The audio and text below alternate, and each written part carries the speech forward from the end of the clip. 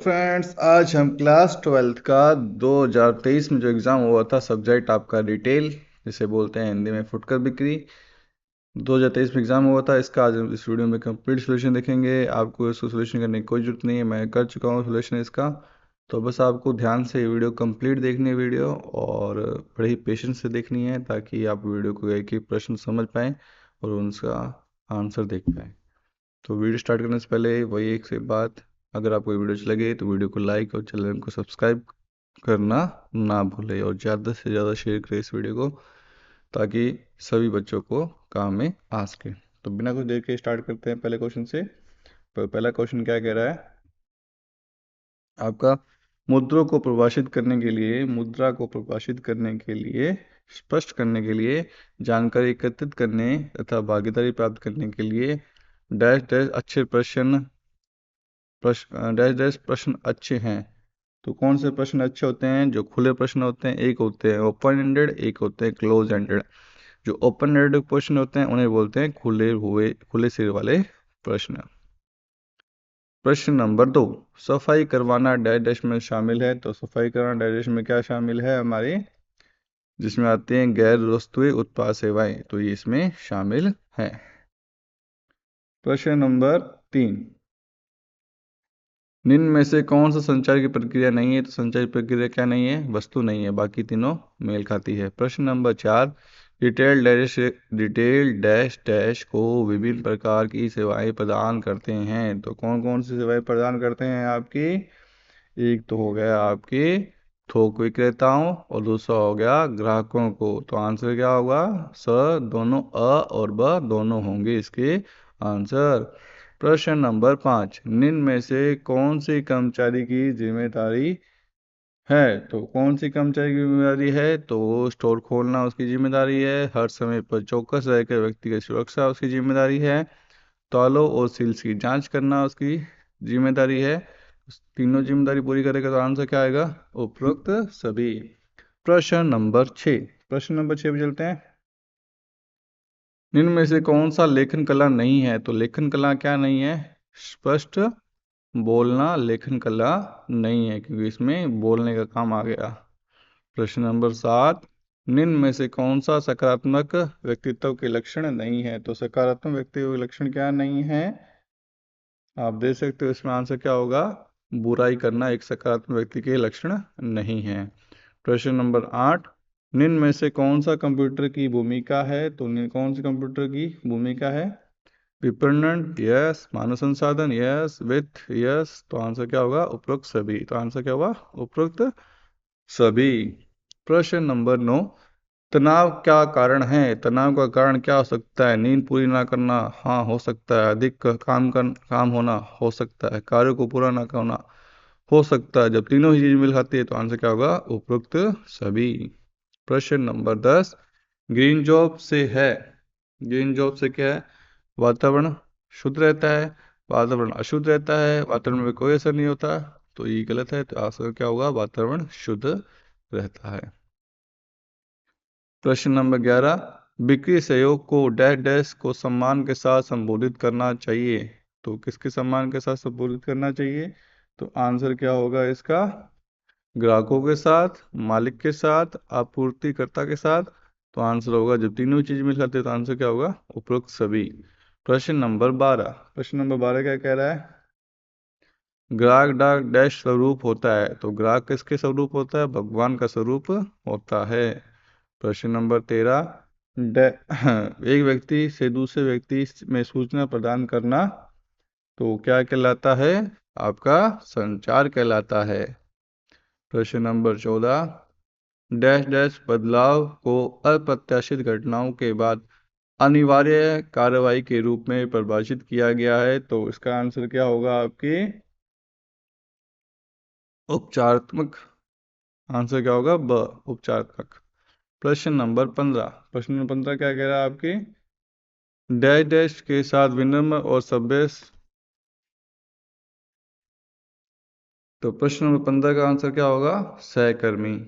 प्रश्न नंबर 16, वाक्य के डैश डैश मुख्य भाग होते हैं। तो वाक्य के कितने भाग होते हैं आपके? 3 भाग होते हैं। प्रश्न नंबर 27, व्यक्ति के विशेष गुण डैश डैश कहते हैं। व्यक्ति के विशेष गुण को क्या कहते हैं हम? उसको कहते हैं व्यक्तित्व। तो आंसर क्या हुआ? व्यक्तित्व।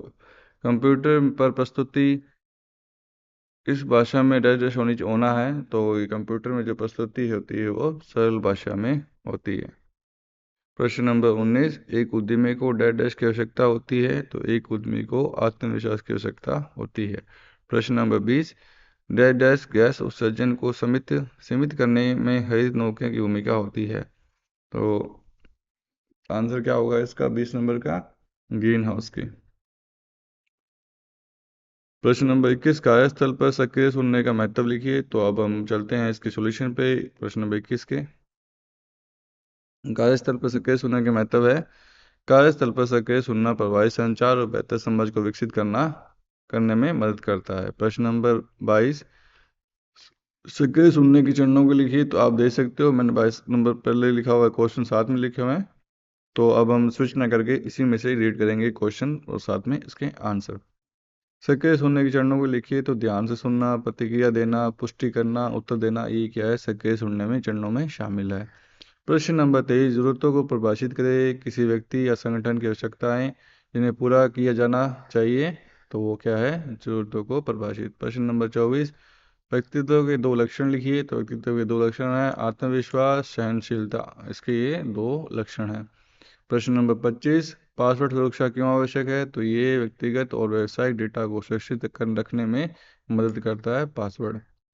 प्रश्न नंबर 26, कंप्यूटर को प्रस्तुतिकरण किस प्रोग्राम पर बनाया जाता है? तो कंप्यूटर का प्रस्तुतिकरण माइक्रोसॉफ्ट पावर पॉइंट द्वारा बनाया जाता है। प्रश्न नंबर 27, उद्यमी का कोई एक गुण लिखे। तो उद्यमी का एक गुण है नवाचार, जिसे इनोवेशन बोलते हैं हमने। प्रश्न नंबर 28, टीम के निर्माण से आप क्या समझते हैं? तो संगठित रूप से कार्य करने के लिए समूह का निर्माण किया जाता है। प्रश्न नंबर 29, जैविक उत्पाद से आप क्या समझते हैं? तो बिना रासायनिक उर्वरकों व कीटनाशकों से बने उत्पाद को क्या बोलते हैं? जैविक उत्पाद। प्रश्न नंबर 30, ग्रीन जॉब की भूमिका लिखिए। तो ग्रीन जॉब की भूमिका है ये पर्यावरण को संरक्षण, ऊर्जा की दक्षता को बढ़ावा देता है। प्रश्न नंबर 31, उत्पादन विक्रय से आप क्या समझते हैं? तो उत्पादन विक्रय का अर्थ है किसी उत्पाद को ग्राहक तक पहुंचाना और बिक्री सुनिश्चित करना। प्रश्न नंबर 32, आप प्रश्न पत्र से देखेंगे ताकि आपको लगे हम वही प्रश्न कर रहे हैं। देख रहे हो आप प्रश्न नंबर 32, CRM कार्यवंत के लिए 3 लाभ लिखिए। तो आप देख सकते हो यहाँ पे CRM कस्टमर रिलेशनशिप मैनेजमेंट के क्रियान्वयन के लिए 3 लाभ हैं। आपकी ग्राहक संतुष्टि में वृद्धि, दूसरा है बिक्री के विपणन को बढ़ावा देना, तीसरा व्यावसायिक प्रक्रिया का स्वचालन। तो ये आपके 3 हो गए। प्रश्न नंबर 33, रिटेल सेवा के 2 प्रकार लिखे। तो रिटेल सेवा के 2 प्रकार है, स्टोर आधारित रिटेलिंग और दूसरा है गैस स्टोर आधारित रिटेलिंग।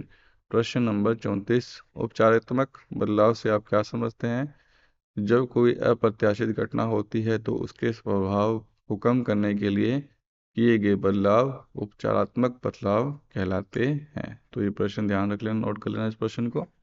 प्रश्न नंबर 35, एक कर्मचारी संगठन में प्रभावी कामकाज कैसे कर सकता है? तो समय प्रबंधन करके, टीम वर्क को अपनाना, कुशल संचार बनाए रखना। तो ये कर सकता है। प्रश्न नंबर 36, एक संगठन में कर्मचारी के अधिकार लिखिए। तो एक संगठन में कर्मचारी अधिकार है समान वेतन और अवसर, सुरक्षित कार्य और वातावरण, कानूनी सुरक्षा।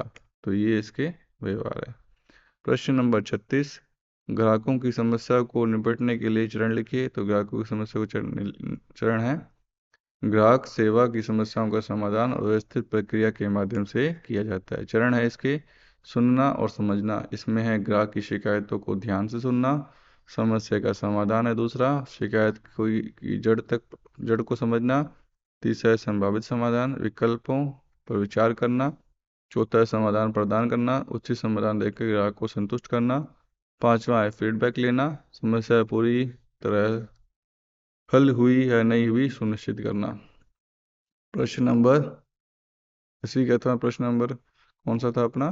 प्रश्न नंबर था 37 के अथवा वाला जो क्वेश्चन है उसको हम पहले रीड कर लेते हैं प्रश्न को।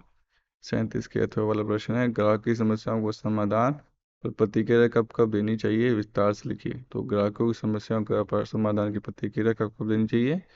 तो तुरंत प्रतिक्रिया दें जब ग्राहक समस्या का रिपोर्ट करता है। समस्या समाधान के बाद सुनिश्चित करना के लिए समाधान प्रभावी है या नहीं है। समय समय पर फॉलोअप करें, उनके बारे में पूछते रहें, भविष्य में इस समस्या दोबारा ना हो इसकी पुष्टि करते रहें। प्रश्न नंबर 38, एक दुकानदार ग्राहकों को शीघ्र ध्यान कैसे प्रदान कर सकता है? तो सक्रिय रूप से स्वागत करना, उनकी आवश्यकताओं को तुरंत समझना, तेजी से और प्रभावी सेवा प्रदान करना, ग्राहक की समस्या को प्राथमिकता देना। इसी के अथवा में एक और प्रश्न है, ग्राहक सेवा की विशेषता लिखिए। तो ग्राहक सेवा की विशेषता है सहज उपलब्धता, ग्राहक सहायता 24/7 उपलब्ध होनी चाहिए, तेजी और प्रभावी समाधान, समस्याओं को जल्दी से जल्दी हल किया जाना चाहिए। तीसरा है सौहार्दपूर्ण व्यवहार, ग्राहक के साथ सम्मानपूर्वक व्यवहार किया जाना चाहिए। और चौथा है अनुकूलन, हर ग्राहक की समस्याओं को व्यक्तिगत रूप से हल करना चाहिए। तो प्रश्न अथवा वाला भी हमने कर लिया है। तो आज हमने पूरे 38 क्वेश्चन को हल कर लिए हैं। अगर आपको ये वीडियो अच्छी लगे तो इस वीडियो को लाइक और चैनल को सब्सक्राइब करना ना भूलें, क्योंकि आप इसको सब्सक्राइब और लाइक करोगे वीडियो को तो मैं और वीडियो बनाने के लिए मोटिवेट होऊंगा, अदरवाइज ये मैं सीरीज बंद कर दूंगा। अगर आपको अच्छी लगी तो वीडियो को लाइक, चैनल को सब्सक्राइब करना ना भूलें। मिलते हैं ऐसे नेक्स्ट वीडियो में, तब तक के लिए धन्यवाद।